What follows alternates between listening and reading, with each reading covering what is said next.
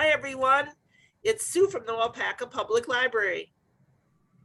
Hi, I'm Molly. And I'm Jan.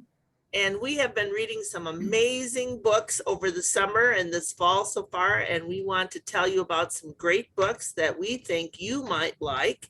And so we've prepared a book talk for you, and you can find it on our website if you want to watch it again sometime. So without further ado, I'm going to share my screen and we'll talk some books. Here we go.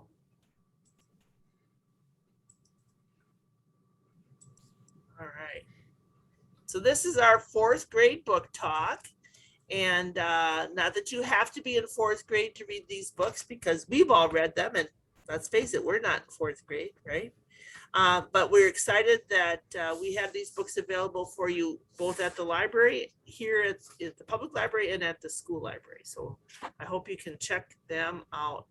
Let's get started.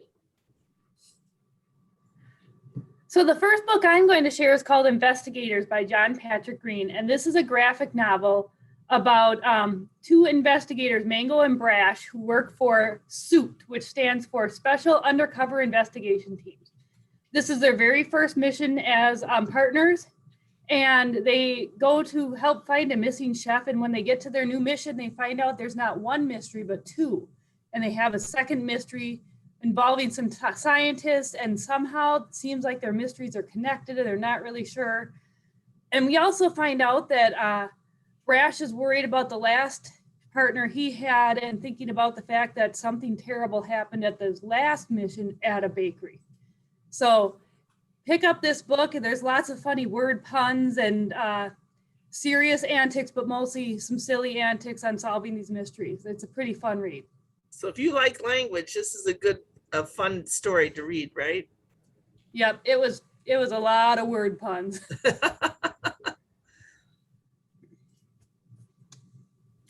Best nerds forever.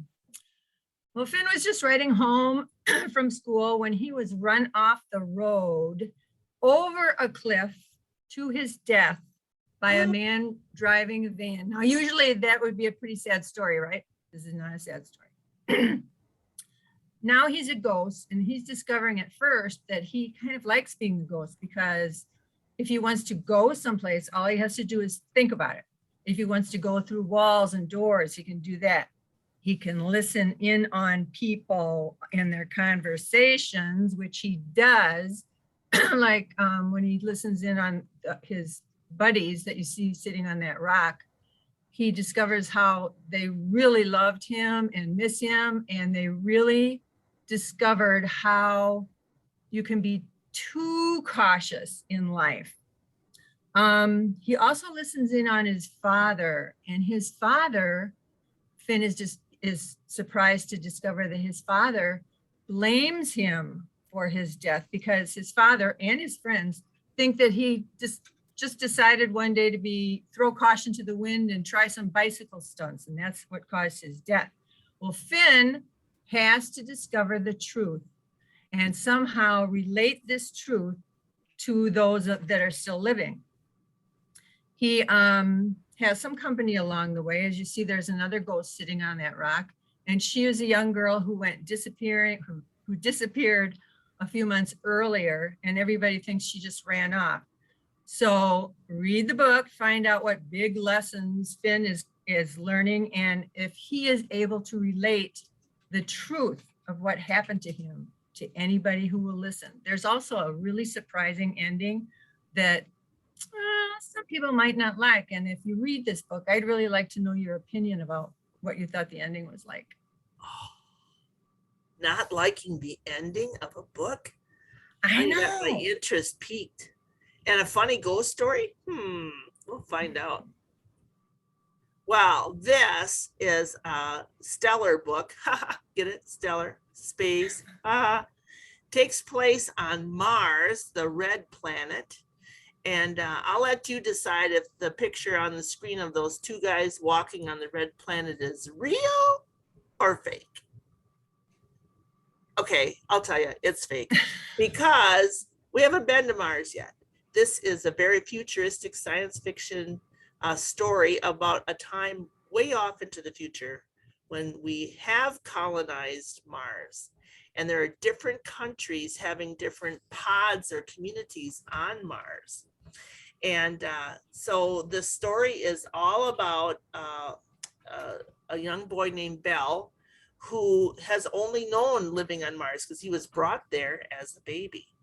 And this is a story about community. It's about courage. It's about how children shouldn't be held back by the fears of their grown-ups, because in this story, the grown-ups have tried to protect the kids to the point where they are so isolated that when an emergency happens, a virus breaks out in their colony, their American colony, all the adults fall ill. The kids have to figure out what to do. How are they going to get help? They're out, out in space with nobody else around them but the people that they've been told to fear. So Bell and his comrades up in space are courageous, and they are problem solvers. They're critical thinkers. I just love this book, The Lion of Mars by Jennifer L. Holmes. She is also the author of some really amazing other books we've talked about, but some graphic novels as well. So you might recognize her name and know that she is an amazing author. I hope you enjoy The Lion of Mars.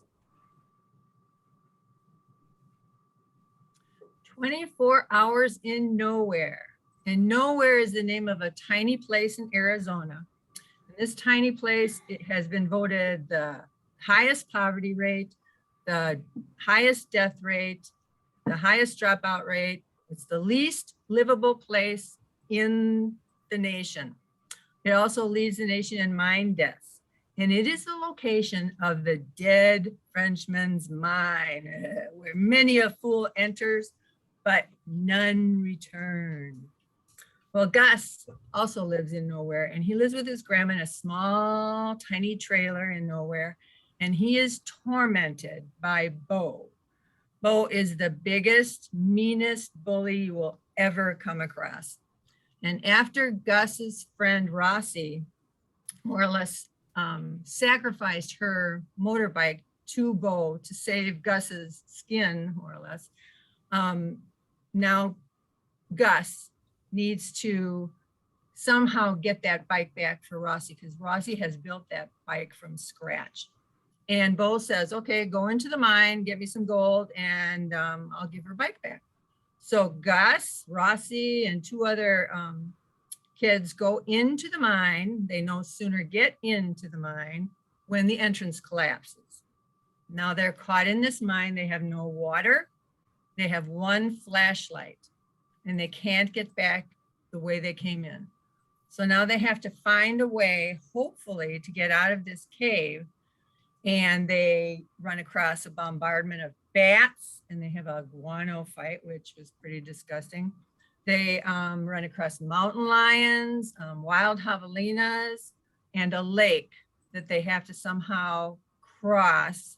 And this lake, let's just say it has remains of many things that haven't been able to escape the cave.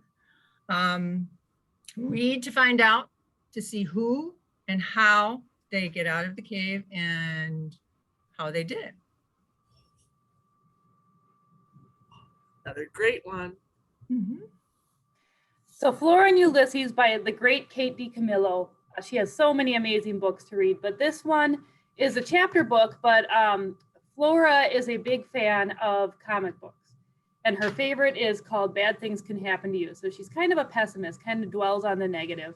So there's a lot of cool pictures and graphic elements throughout the book. And she at least talks about that graphic novel, or I think there might even be excerpts from it.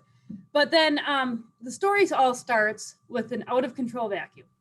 And Flora happens to look out her window at the right moment and sees the neighbor's vacuum suck up a squirrel. Flora rushes over and helps revive the squirrel and saves the poor creature. And soon she realizes that the squirrel has superpowers. So Ulysses, who's been named after the vacuum now, goes to live with Flora. And they have all sorts of adventures because, like every superhero, there are enemies. And all sorts of enemies that Flora and Ulysses come across on their way Flora happens to team up with the little boy from next door who's a little bit unusual himself. He's gone mysteriously blind and his name is William Spiver. And Flora and Ulysses and William Spiver and Flora's parents all trying to figure out this weird world with a superhero squirrel that can type on a typewriter. So this is a really fun read and lots of different things going on. You're not even sure who the enemies are until the very end. So you definitely need to read this one. It's part graphic novel and part chapter book. I love it. I just love it. Okay, sometimes publishers do a really good job of publishing books that have a lot of illustrations to help the authors tell their stories, but they're not graphic novels, but they have a lot of illustrations in them. And these are a few, and you can find them in your library. On the spine of the book, you'll usually see, yeah, I know you can't see too well here. The spine of the book, you'll either see branches or acorn. And these books do a great job of illustrating the author's story. Take, for instance, the Notebook of Doom series. A young boy he's moved to a new town and he wanders into the wrong building and he discovers a notebook that has illustrations of monsters and how they can be destroyed and he can save his town. And of course, soon he finds some friends to join him in this quest.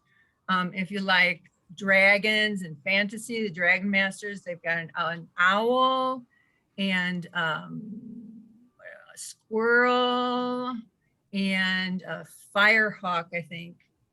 I think I'm talking about the wrong one. The last firehawk I'm talking about, you've got Dragon Master, that's okay. There's the last Firehawk series, which they go on a quest to find an object that's going to save their kingdom. And if you prefer like a more realistic mystery series, there's a mystery series that's written by Hildy, and it's Hildy's Cracks the Case.